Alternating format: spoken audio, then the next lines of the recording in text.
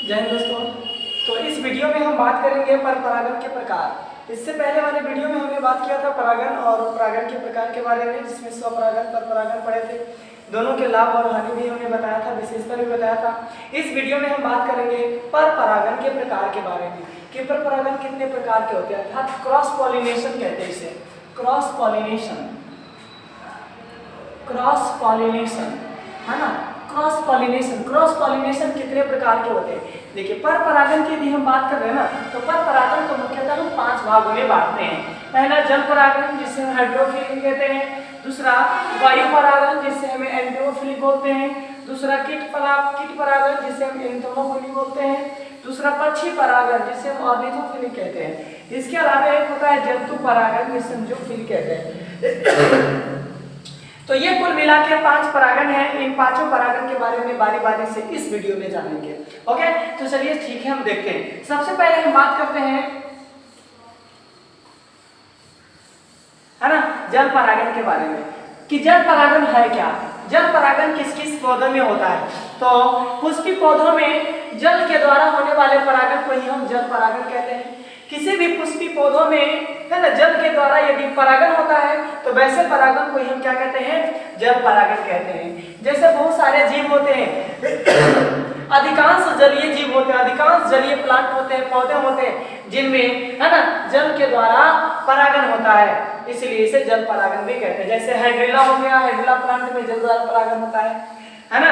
वेलिशनेरिया हो गया, है ना, सिरेटोफिलम हो गया, रेनकुलम, रेपेंस, ये सभी ऐसे पौधे हैं जिनमें जल द्वारा परागण होता है। लेकिन जल में अधिकांश पौधे, जितने भी जल में पौधे होते हैं, वे सभी पौधों में जल के द्वारा ही परागण होता है। लेकिन कुछ ऐसे पौधे होते हैं जो तो जल में रहता है लेकिन जल में परागण नहीं होता है। ये देखिए, जिसे अपवाद में एक्सेप्शन, अपवाद में कमल पौधा है जिसमें वायु परागण, सॉरी जल परागण नहीं बल्कि कीट परागण होता है। किसके द्वारा होता है? कीट, अर्थात कीट होता है ना। पुष्पी कमल के पौधे काफी खुशबूदार होते हैं, जिसके कारण कीट उसे आकर्षित होकर उसके ऊपर जाता है और मकरंद को चूसने का प्रयास करता है, जिसके माध्यम से उसमें है ना परागकण रह जाते हैं और इसके माध्यम से उसमें परागण की क्रिया संपन्न हो जाती है। तो इसी परागण को हम क्या कहते हैं? जल परागण। तो कीट परागण किसमें, कमल में क्या कौन से परागण होते हैं? कीट परागण। अब कीट परागित पुष्पों की कौन कौन सी विशेषताएं होती है ना, वो देखिए। सॉरी, जल परागित है ना, जल परागण के पुष्प में कौन कौन सी विशेषता होते हैं? तो जल परागण में अधिकांश पौधे जलीय होते हैं, सिर्फ कमल को छोड़कर, है ना। इसमें मकरंद का अभाव होता है, अर्थात जलीय वाले परागण होने वाले पुष्पों में मकरंद मतलब जूस है ना, उसमें नहीं होता है, जो पौधे में क्या कहते हैं आकर्षित होते हैं ना, और वो मकरंद उसमें नहीं होता है। इसके अलावा हम बात कर लें ना, तो ये जितने भी पुष्प होते हैं वो अधिकांश एक लिंगी होते हैं, अर्थात जल द्वारा परागित होने वाले पुष्प एक लिंगी होते हैं। कैसे होते हैं? एक लिंगी होता है। तो ये जल परागण की क्या हो गया? विशेषता। अब हम बात करते हैं वायु परागण। अर्थात देखिए, ये सभी माध्यम है जिसके द्वारा परागण होती है। तो वायु से होने वाले परागण को हम वायु परागण कहते हैं, अर्थात वायु के द्वारा पुष्पों में होने वाले, पुष्पी पौधों में होने वाले परागण को हम क्या कहते हैं? वायु परागण कहते हैं, है ना। जैसे मक्का में परागकण लगभग है ना इतना होता है, लगभग 1,85,00,000 है ना, आसपास में अराउंड होता है परागकण। चावल देख लीजिए, चावल में भी कीट परागण, वायु परागण। गेहूं, घास, बांस, गन्ना, ताड़ इत्यादि, ये सभी पौधे जो हैं जिनमें परागण की क्रिया किसके द्वारा संपन्न होती है? वायु के द्वारा संपन्न होती है, इसलिए इसे हम वायु परागण कहते हैं। उसके बाद हम देख लेते हैं वायु परागण की विशेषता। वायु परागण की विशेषता की बात करें ना, तो ये अधिकांश पुष्प भड़कीले नहीं होते हैं, अर्थात इसमें आसानी से है ना मकरंद चूसने के लिए वो आते हैं। उसके बाद इसमें मकर ग्रंथि तथा सुगंध का अभाव होता है। ये पौधे प्रायः छोटे आकार के होते हैं, है ना। इसमें परागकणों की संख्या अनगिनत होती है, बड़ी मात्रा में इसमें परागकण होते हैं और वही परागकण के माध्यम से परागण की प्रक्रिया संपन्न होती है।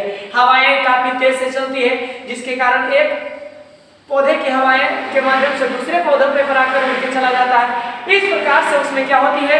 परागण। इसमें पत्रिका रेशेदार तथा शाखीय होते हैं, है ना, जिसके कारण परागण प्रक्रिया संपन्न होती है। इसके बाद यदि हम बात करें तो कीट परागन। कीट परागन है ना, अर्थात इसे एंडोमोफिली बोलते हैं। कीट के द्वारा होने वाले पुष्पीय पौधों में परागन की प्रक्रिया को हम क्या कहते हैं, कीट परागन कहते हैं, है ना।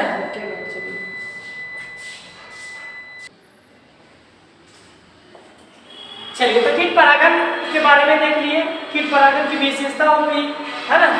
पुष्पीय पौधों में कीट के द्वारा होने वाले परागन को हम क्या कहते हैं, कीट परागन कहते हैं। बहुत ऐसे पौधे हैं जिसमें कीट के द्वारा परागन होता है, जैसे कमल की ही बात कर लीजिए। कमल की यदि हम बात कर ले तो कमल में कीट परागन होता है। इसके अलावा और बहुत से ऐसे हैं जिसमें परागन होता है। अब इसे कीट परागित पुष्प की विशेषता की यदि हम बात कर ले, विशेषता की बात कर ले तो ये देखिए, है ना, ये पुष्प रंगीन तथा आकर्षक होते हैं। इनमें सुगंध काफी होती है, यानी ये पुष्प काफी सुगंधित होते हैं।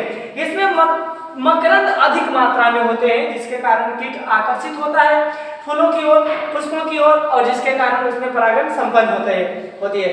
इसके अलावा इसके पुष्प छोटे तथा रंगीन और रंग बिरंगी होते हैं।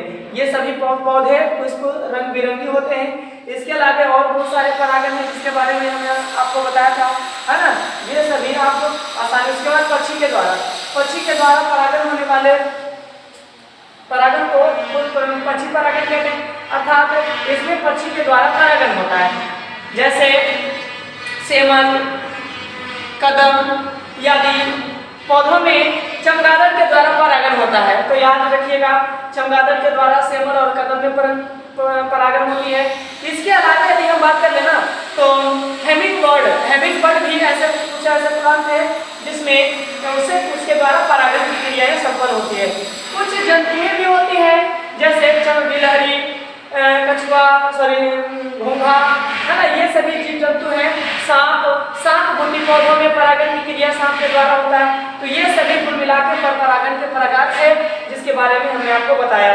तो है ना, यदि यह वीडियो आपको अच्छा लगे तो लाइक और सब्सक्राइब करिए और अपने दोस्तों को भी शेयर करें। ओके, ठीक है।